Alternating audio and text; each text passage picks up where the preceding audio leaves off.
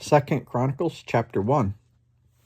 Solomon, son of David, established himself firmly over his kingdom, for the Lord his God was with him and made him exceedingly great.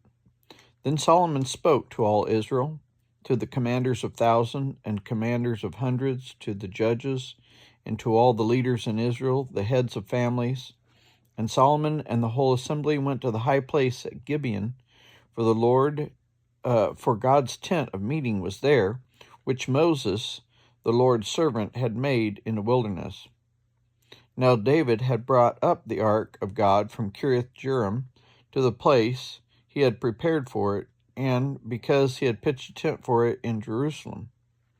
But the bronze altar that Bezalel, son of Uri, son of Hur, had made was in Gibeon in front of the tabernacle of the Lord. So Solomon and the assembly inquired of him there.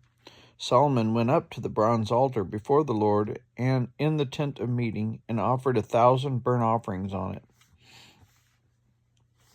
That night God appeared to Solomon and said to him, "Ask for whatever you want me to give you." Solomon answered God, "You have shown great kindness to David my father, and have made me king in his place. Now, Lord God, let your promise to my father be confirmed, for you have made me king over a people who are as numerous as the dust of the earth. Give me wisdom and knowledge, that I may lead these people, for who is able to govern this great people of yours?"